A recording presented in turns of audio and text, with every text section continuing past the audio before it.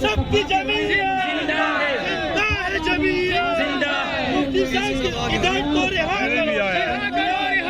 کرو، شرم کرو، حیا کرو۔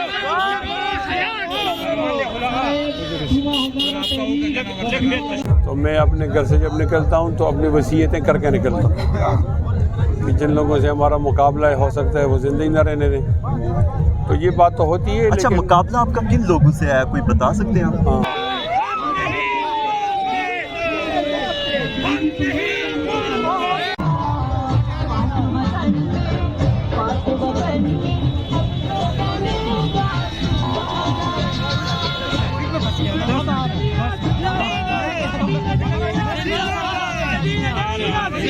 مفتی کفایت اللہ زندہ باد، حضرت مولانا عبد المجید ہزاروی زندہ باد، ڈاکٹر ضیاء الرحمان زندہ باد، ڈاکٹر ضیاء الرحمان، مولانا عبد المجید ہزاروی، مفتی کفایت اللہ، مفتی کفایت اللہ، مفتی عبداللہ، کھول دیے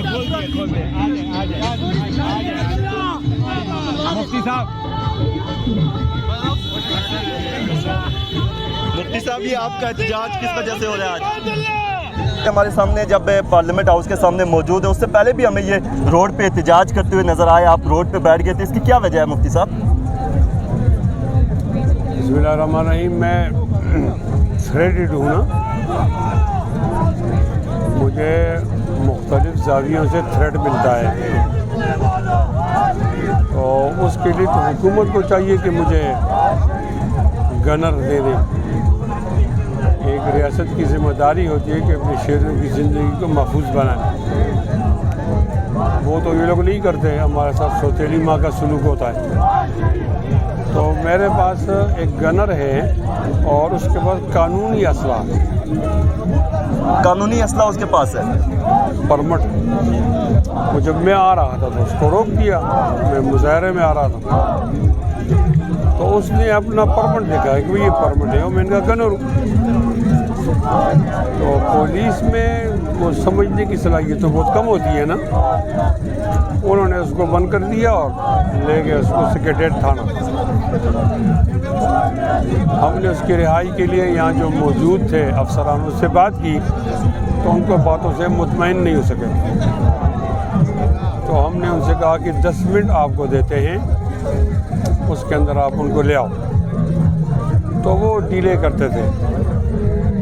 جب 10 منٹ پورے ہوئے اور ہمارا مطالبہ نہیں مانا تو ہم نے ان پہ دباؤ بڑھانے کے لیے روڈ کو بلاک کیا۔ تو ظاہر ہے یہ تو امام دباؤ کے ماننے والے ہیں نا۔ اس کے بعد انہوں نے ہمارے اس گنر کو چھوڑ دیا۔ شنید یہ ہے کہ اس پر ابھی تک کوئی مقدمہ نہیں ہے، لیکن بعد میں پتہ چلے گا کہ کیا مقدمہ بناتے ہیں۔ ہم نے اس ظلم کے خلاف احتجاج کے لیے وہاں جو ابھی آپ شاعرہ دستور آپ نے بلاک کر دی تھی کچھ منٹس کے لیے، اور بعد میں لوگ آ گئے آفیسر، اس کے بعد پھر آفیسر آئے، وہ ہمارے گنر کو لے آئے، لیکن سارے معاملے کے اندر جمعیت علماء اسلام اسلام آباد کے جنرل سیکرٹری اور امیر مولانا عبد المجید ہزاروی اور مفتی عبداللہ صاحب اور پنڈی کے امیر ڈاکٹر ضیاء الرحمان صاحب، انہوں نے بھی بہت اچھا کردار ادا کیا۔ ہمارا مطالبہ مان لیا گیا، لیکن افسوس اس بات پر ہے کہ پرامن لوگوں کا مطالبہ روڈ بلاک کیے بغیر مانا نہیں جاتا۔ اچھا مفتی صاحب، یہ بتائیں کہ یہ تو شاعرہ دستور ہے جہاں میڈیا بھی موجود تھا، پھر دوسرا آپ کے ساتھ قیادت بھی یہاں پہ موجود تھی، یہی واقعہ اگر کہیں آگے پیچھے ہو جاتا تو آپ کو لگتا تھا کہ آپ کا جو گن مین ہے اتنے جلدی واپس اس کو آپ کے پاس لے کر آتے؟ نہیں، ہمیں تو یہ بتایا تھا کہ یہ جو احتجاج ہے یہ ختم ہو جائے تو وہ کریں گے، اس کو ریلیز کریں گے۔ میں نے کہا یہ آپ کا دماغ خراب ہو گیا، احتجاج کے دباؤ سے تو آپ ریلیز کر لو گے، بعد میں تو کوئی اور باتیں اس پہ ڈالو گے۔ تو مجھے یہ لگتا تھا کہ اگر لوگ نہ ہوتے تو یہ ہم سے زیادہ ناروا سلوک کرتے۔ آخر اس پوچھے سارا یہ کام جو ہو رہا ہے اس کے پیچھے آپ کو کیا نظر آ رہا ہے کہ کیوں ایسا بار بار آپ کے ساتھ ایسا کیا جا رہا ہے؟ ظاہر ہے میری ایک شناخت تو ہے، میں جمعیت علماء اسلام کا رکن ہوں، اور اس کے ساتھ ساتھ مولانا فضل الرحمان صاحب جیسے نڈر سیاستدان کا کارکن ہوں، تو اس کا اثر تو کارکن پہ ہوتا ہے۔ آپ پہ مفتی صاحب اسی وجہ سے زیادتی کی جاتی ہے۔ ایک میرا سوال یہ ہے کہ آپ کو کافی عرصے تک اسکرین سے بھی غائب رکھا گیا، کہیں آپ کو ایسا پریشر تھا کہ مولانا فضل الرحمان کو چھوڑنے کے حوالے سے آپ کو آفر کی گئی ہو؟ بہت زیادہ. یہ تو آپ نے اچھا سوال کیا. میں نے ایک ٹاک شو کیا ہے 26 دسمبر 2020 کو سما ٹی وی میں, جس کے اندر وہ کہتے تھے کہ اب مولانا فضل الرحمان صاحب کیوں نیب میں نہیں آتے, ان پر الزام ہے. تو میں نے کہا کہ وہ تو بعد میں ثابت ہوگا ہے یا نہیں ہے, لیکن یہ جو ریٹائر جرنیل ہے میجر جنرل عاصم سلیم باجوہ, اس پر تو پیزا کے حوالے سے بہت سارے الزامات آ گئے. تو آپ ذرا ان کو بلاؤ نا اور ہاتھ کاٹو دایاں, تو ہم سمجھیں کہ آپ غیر جانبدار. مجھے اس بات کی سزا کے لیے پہلے تو کہا کہ آرٹیکل 6 لگائیں گے,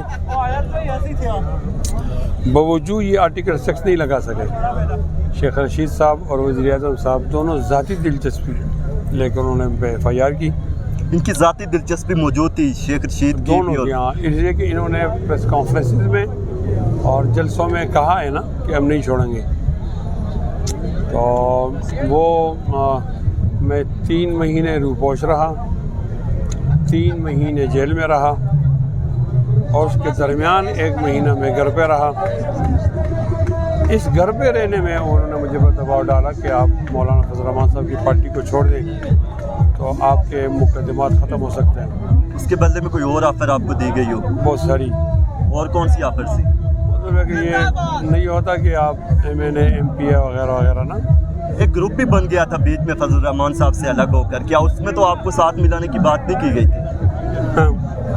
آپ ٹھیک کہہ رہے ہیں, ٹھیک سمجھ رہے ہیں.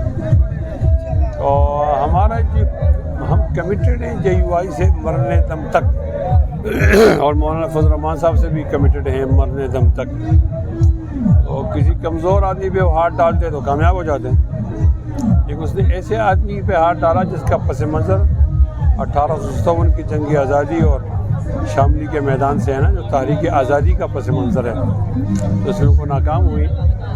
میں اس بات کو بھی ضروری سمجھتا ہوں کہ آپ کے چینل کے آواز سے لوگوں تک پہنچے کہ ڈرنا بالکل نہیں ہے, صرف اللہ تعالیٰ کی ذات سے ڈرنا ہے. جب عوام نہیں ڈرے گی تو اپنا حق لے گی, اور انشاءاللہ ہم حقیقی آزادی کی دہلیز تک پہنچنے والے ہیں. اچھا, 23 مارچ بھی ایک کال دے رکھی ہے, آپ کہیں پھر سے اگر ایکٹیو نظر آئے یا کہیں پہ ایکٹیو نظر آئے تو ہو سکتا ہے آپ کو پھر سے جیل میں ڈال دیا جائے. اس حوالے سے آپ کس حد تک تیار ہیں؟ میں تو یہ اندازہ ہوتا ہے ہر دن کہ مجھے آج ہی پکڑ لیں, تو میں اپنے گھر سے جب نکلتا ہوں تو اپنی وصیتیں کر کے نکلتا ہوں کہ جن لوگوں سے ہمارا مقابلہ ہو سکتا ہے وہ زندگی نہ رہنے دیں. تو یہ بات تو ہوتی ہے. اچھا, مقابلہ آپ کا کن لوگوں سے ہے, کوئی بتا سکتے ہیں آپ؟ ہاں بتا دیں. عمران خان. عمران خان, آپ کو لگتا ہے کہ اگر عمران خان سے آپ کا مقابلہ اس کے علاوہ اور کوئی آپ کے ساتھ دیکھو نا کہ مقابلے میں نہیں؟ مجھ پر تو مقدمہ عمران ہی بناتا ہے نا.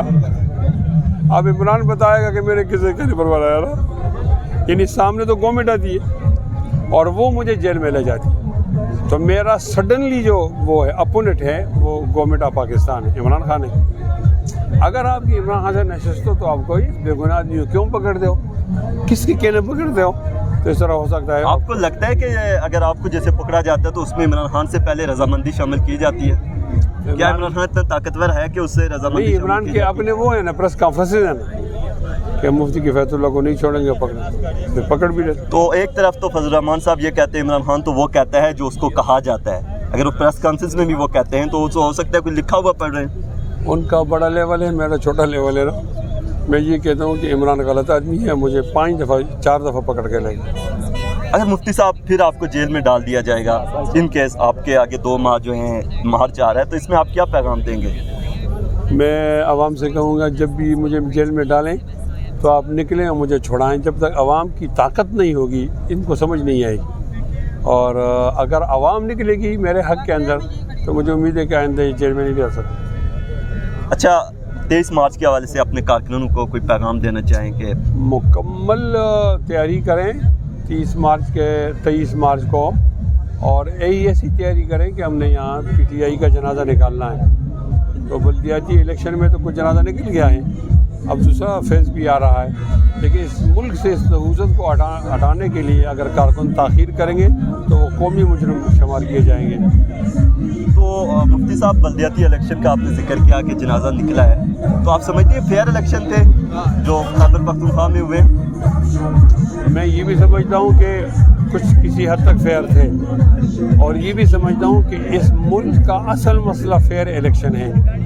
کوئی بھی لوگ دباؤ نہ ڈالیں اور عوام اپنی حکمران خود منتخب کریں۔ اگر فیئر الیکشن ہوگا تو پاکستان کی مٹی کی قیادت وہ جمعیت علماء اسلام کرے گی۔ تو آپ جب جیت جائیں تو فیئر الیکشن ہے، پی ٹی آئی جیت جائے تو اس میں دھندلی ہے، کیسے عوام کو کلیئر کریں گے اس حوالے سے؟ نہیں، ہمارا جیتنا کوئی مسئلہ ہی نہیں ہے، وہ تو عوام کی بات۔ میں کہتا ہوں آپ مشکوک نہ بناؤ، ہمارے پاس رائے کے اظہار کے لیے ایک ہی طریقہ ہے اور وہ ہے ووٹنگ۔ آپ اس کو متنازع نہ بناؤ۔ دیکھو نا، پچھلے الیکشن کے اندر یہ نہیں کہا کہ آر ٹی ایس بیٹھ گیا، اب یہاں تو یہ معاملہ نہیں ہوا نا، اور یہ نہیں کہا کہ فارم 14 نہیں ملے گا، یہاں تو پورا آفس جی غائب کیا گیا۔ ہاں، تو جب میں یہ کہتا ہوں نا اس پر کوئی اعتراض ہوا، جب آپ ٹھیک الیکشن کریں گے تو جمعیت علماء اسلام جیتے گی، اور جب آپ غلط الیکشن کریں گے تو پھر کوئی بھی جیت سکتا۔ اچھا، آج کا احتجاج ہو رہا ہے، اس حوالے سے آپ کیا کہیں گے؟ کس لیے آپ سمجھتے ہیں اس سے کچھ حکومت پہ کوئی اثر پڑے گا؟ بظاہر تو مجھے حکومت سے مایوسی ہے، وہ اقتدار پرست آدمی ہے نا ہمارا یہ عمران خان، یہ پہلے کہتا تھا کہ مغرب کے اندر ایسا ہوتا ہے، وہ اتنے لوگ مر گئے تو اسرائیلی وزیر اعظم نے استعفیٰ دے دیا، اتنے مر گئے تو تھائی والوں نے دے دیا۔ اب ایک دفعہ تو یہ بھی کہا کہ 5000 لوگ بیٹھے، اتنے لوگ مجھے کہنے میں چلا جاؤں گا۔ اب لوگ چیختی ہے کہ میں نے خدا کے لیے جان چھوڑو، وہ آصف کی طرح چمٹا ہوا ہے۔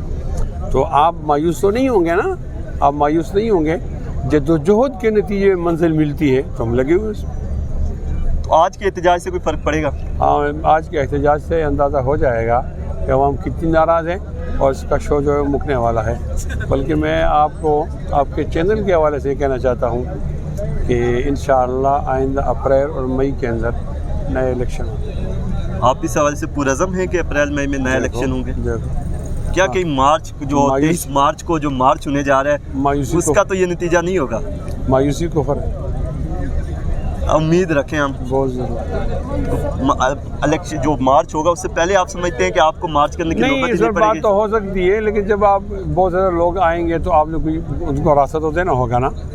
یعنی میں تو یقین نہیں کہ کتنے لوگ آئیں گے مارچ میں؟ آپ کو کیا 23 کے بعد 30 آ رہا ہے تو نہیں، لیکن اس کا نتیجہ ایسا ہوگا کہ عمران خان کا جو شو ہے وہ مک جائے گا۔ بہت شکریہ، مفتی صاحب ہمارے ساتھ موجود تھے، اور ان کا یہ کہنا ہے کہ اپریل اور مئی کے اندر جو ہے وہ آنے والے الیکشن ہوں گے، جنرل الیکشن ہوں گے۔ اس حوالے سے کارکنان کو ان کو یہ پیغام ہے کہ وہ تیاری رکھیں، اور مفتی صاحب اگر دوبارہ سے ایکٹیو ہوتے ہیں تو ہو سکتا ہے کہ ان کو ایک دفعہ پھر جیل کی سلاخوں کے پیچھے ڈال دیا جائے۔ تو کارکنان کا بھی ان کو یہی پیغام تھا کہ وہ میرے پیچھے آئیں، کیونکہ جب تک کارکنان کی طاقت ہوگی تو ہو سکتا ہے کہ وہ حکومت کے ظلم و ستم سے بچ پائیں۔ جیسا کہ ہم نے یہاں بھی دیکھا کہ صرف 10 منٹ کے ٹائم کے اندر ان کا گارڈ جو تھا وہ واپس ریلیز کر دیا گیا۔